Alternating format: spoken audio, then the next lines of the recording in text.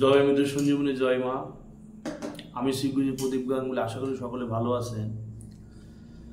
আমি আপনাদের একটি বিদ্যা দেবো, একটি মন্ত্র দিব। আমি যতবারই আসি ইউটিউব চ্যানেলে কিছু না কিছু কিন্তু নিয়ে আসি। ফাঁকা হাতে বা আগলা বাতিলা দিতে আমি কিন্তু ইউটিউব চ্যানেলে আসি না, বা যে কোনো ভিডিওতে কিন্তু আমি আসি না, কোনোভাবেই কোনো সোশ্যাল মিডিয়াতে আমি আসি না। আমি কিছু না কিছু নিয়ে আসি আপনাদের জন্য। এবার দেখা যায় যে এই ক্রিয়াটি কি আমি বলি। প্রথমত দেখা যাচ্ছে যে আপনার দোকান কোনো মুদির দোকান বা যে কোনো ব্যবসা বাণিজ্যমূলক একটি দোকান, যেটি একসময় প্রচুর চলতো, এখন সেই দোকান আর চলে না। কারণ আপনার পার্শ্ববর্তী একটি দোকান আছে, যে দোকান একসময় চলতো না, এখন সেই দোকান রমরমা চলছে, আপনার দোকান চলে না। সে হয়তো আপনার দোকানে কিছু করেছে, যে কারণে আপনার দোকান বসে গেছে। আবার দেখা যায় হচ্ছে আশেপাশে যে কোনো ব্যবসা প্রতিষ্ঠান বা কোনো একটা ভালো একটা নাম করা সুনামধন্য একটি জায়গা, যেখানে দেখা যাচ্ছে মানুষ হচ্ছে নানানভাবে বহু বিক্রি বাট্টা হইতে, যেখানে বহু মানুষের সমাগম হতে এখন একবারে জিরো হয়ে গেছে। এই ধরনের সমস্যা দেখা যাচ্ছে। মানুষ হচ্ছে দেখা যাচ্ছে এমন একটি ব্যবসা প্রতিষ্ঠান যেখানে হচ্ছে শয় হাজার মানুষ আসতো, লাখে টাকা ইনকাম হতো। এখন সেখানকার স্টাফেরা সেখানকার ব্যবসা বাণিজ্যিকের মানুষের কাছে মাসি তার আসছে। তাহলে এমন কিছু করে দিয়েছে সেই দোকানে, যে কারণে সেই দোকান নষ্ট হয়ে গেছে। বা দেখা যাচ্ছে আপনার দোকান আছে, এবার আপনার সাথে প্রতিশোধ নেওয়ার জন্য পাশে একজন আপনার মধ্যে সেম একটা দোকান খুলে দিচ্ছে। এবারে যে সে এমন কিছু করে দিয়েছে আপনার দোকানে, যে কারণে আপনার দোকানে বেচা কেনা নেই, সেই দোকানে বেচা কেনা বেড়ে গেছে। এই মতো অবস্থা আপনি কি করবেন? একটা ইংরেজিতে কথা আছে, টিট ফর ট্যাট, ইট মারলে পাটকেল খাবে। তো কথা আছে, এই ধরনের শয়তানি যারা করে তাদের উপযুক্ত শাস্তি দেওয়ার জন্য এই একটি ক্রিয়া। এটা কি? শত্রুর দোকানে বেচা কেনা বন্ধ করার মন্ত্র। মন্ত্রটার নামই হচ্ছে শত্রুর দোকানে বেচা কিনা বন্ধ করার একটি মন্ত্র। এবার শত্রুর দোকানে বেচা কিনা এই ধরনের জিনিসই মানুষ আমার কাছে চায়। আমাকে সবাই মেসেজ করে এই ধরনের জিনিসের জন্যই করে। এমন কোনো ব্যাপারে না গুরুদেব এই বীজ দেন, ওই বীজ দেন, কিছু পরকালে কর্ম দেন, কিছু সাধারণ বাজার নেই, কেউ বলে না। সকলেই বলে এমন কিছু দেন যাতে আমি অমুকের তেজ মারতে পারি, অমুক আমার ক্ষতি করে রাখিছে। তো এটি দিয়ে সেই কাজটি করতে পারবেন। কাজটি কি? শত্রুর দোকানে বিক্রি একদম বন্ধ করে ফেলে দিতে পারবেন, শত্রুর একবার পথে বসাই দিতে পারবেন, এমন একটি ক্রিয়া। এই ক্রিয়াটি করলে কি করতে হবে? শনিবারের দিন ভর দুপুরবেলা ছোট্ট একটা নিম গাছের শিকড় নিয়ে আসতে হবে। ভর দুপুরবেলা ফলযুক্ত নিম গাছ লাগবে।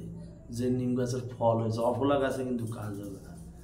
যে গাছের নিয়মিত হচ্ছে ফল হয়েছে, সেই ফল সফলা গাছের হচ্ছে গিয়ে শিকড় লাগবে।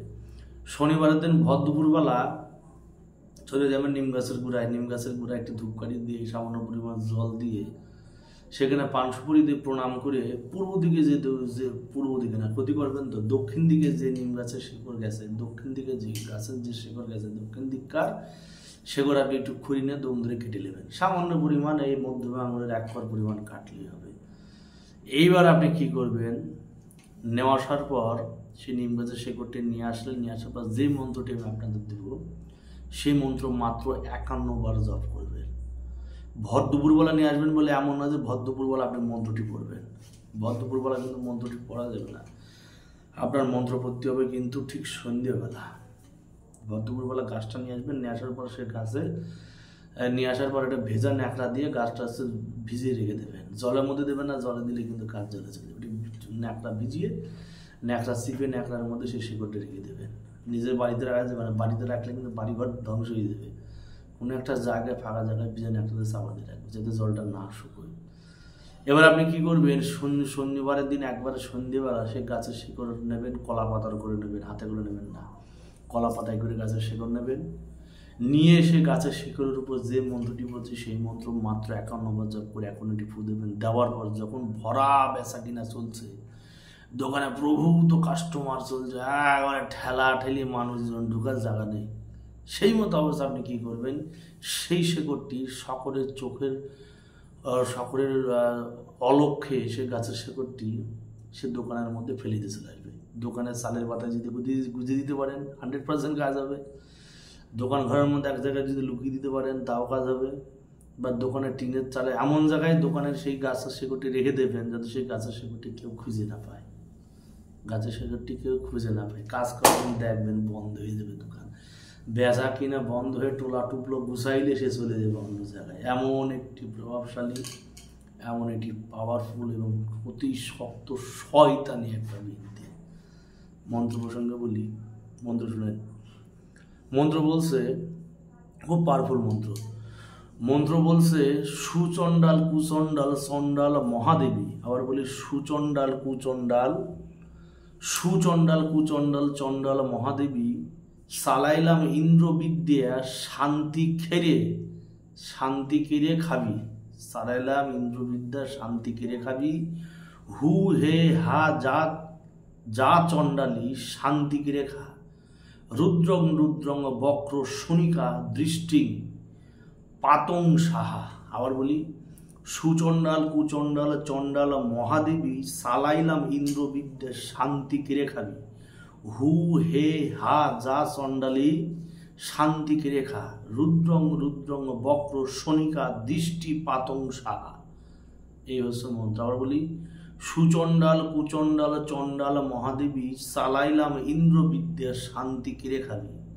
হু হে হা যা চণ্ডালী শান্তি কেড়ে খা। রুদ্রং রুদ্রং বক্র শনিকা দৃষ্টি পাতং সাহা। এই মন্ত্র পৃথিবীর কোথাও পাবেন না। এগুলো জিনিস আমার যেগুলো ইউটিউবে দেওয়া আছে সেগুলো কোথাও পাবেন না। এগুলো জিনিস আমি দিয়ে যাচ্ছি, আমার স্টকে মেলা আছে, সারা জীবন দিয়ে ফুরাতে পারবো না। আবার বলি সুচণ্ডাল কুচণ্ডাল চণ্ডাল মহাদেবী, চালাইলাম ইন্দ্রবিদ্যে শান্তি কেড়ে খাবি। হু হে হা যা চণ্ডালী শান্তি কেড়ে খা। রুদ্রং রুদ্রং বক্র শনিকা দৃষ্টি পাতং সাহা। এই হচ্ছে মন্ত্র। এই মন্ত্র অ্যাপ্লাই করবেন শত্রুর উপর, শত্রুর ব্যবসা বাণিজ্য সব কিছু ধ্বংস করার জন্য এই ক্রিয়াটি করবেন। সর্বোত্তম ক্রিয়া, সর্বোপরি শয়তানি লাগানি একটি বিদ্যা, নাগানি। সর্বোপরি শয়তানি একটি নাগানি বিদ্যা, যেটি প্রয়োগে ফল 100% পাবেন। কাজ করবেন 24 ঘন্টার মধ্যে শত্রুর দোকান ধ্বংস হয়ে যাবে। কারণ এত পরিমাণ অত্রাস হবে যেই দোকানে, সেই দোকানে পুঁজি, দোকানে এসে করবে কি পুঁজি কেনার পয়সা থাকবে না। ছোট্ট এই ধরনের কিছু কাজ করে রেখে দেয় মানুষ, যে কারণে ভরা দোকান, একবারে সাজা দোকান নষ্ট হয়ে যায়। নিম গাছে সে করে এত বাজে, আর মানুষ হচ্ছে বেশি করে বাড়িতে নিম গাছ লাগায়। হ্যাঁ, কারোর বাস্তবিকে যদি নিম গাছ দেখা যায়, আমি বলি কাঠ, ওরা বলে নিম গাছের ছায়া ভালো, হাওয়া ভালো।